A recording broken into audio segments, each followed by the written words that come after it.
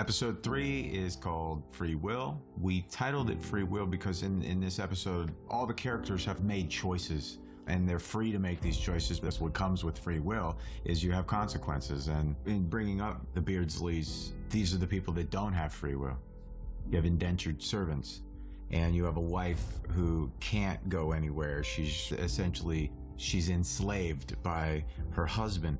And so I like the balance between the two. You have a group of men making free choices, what they can do, and then you have these boys and a woman who have no say-so in their life.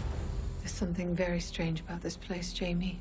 I think we were all looking forward to this episode. It's creepy, it's dark, and we spend a lot of time in one place at the Beardsley house, and I think it turned out so well. It's just such an interesting episode because you come into it and you have a certain expectation of who this Fanny Beardsley is and what's happened to her, and over the course of the episode, your opinion about her changes and the situation changes and what she's doing. But it's such a dark, moody episode, and we talked a lot with our director, Jamie Payne, about the look of this episode being different from some of our others, and it really turned out beautifully. I like that we gave it the space to make it dark and creepy and haunting in a way that I think a lot of shows wouldn't do. They get through it fast, and instead of letting all this affect our characters, and there is an effect on Jamie and Claire because they're the ones dealing with it. So yeah, well, also I think for Claire it's such an interesting dilemma because here is this man who is obviously, it turns out he has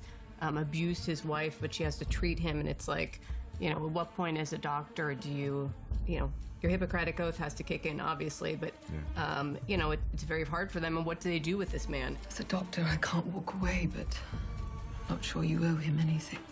At the end, giving him the choice of whether to live or to die, and the question of free will, as you said. And I think an episode like this, where you show the harsh realities of the time, and how people are treated in the time, how women are treated, how kids are treated, how tough it can be. We have to show some of the struggles that people go through just to survive. I think we do it in a way where you're showing people butchering food that they have, and then they're out in the fields, and this is day-to-day existence. Going to the restroom is, it's out in the back. It's, it's not fun. So when Claire is thinking about this, it's weighing on her because Roger and Bree are back here because of her.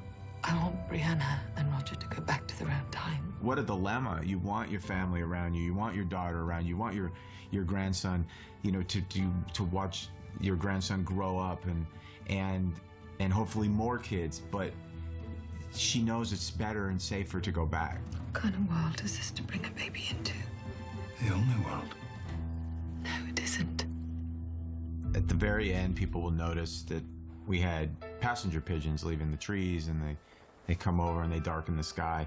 And this is something that caught my attention in doing the research during the time, of all the things that used to be.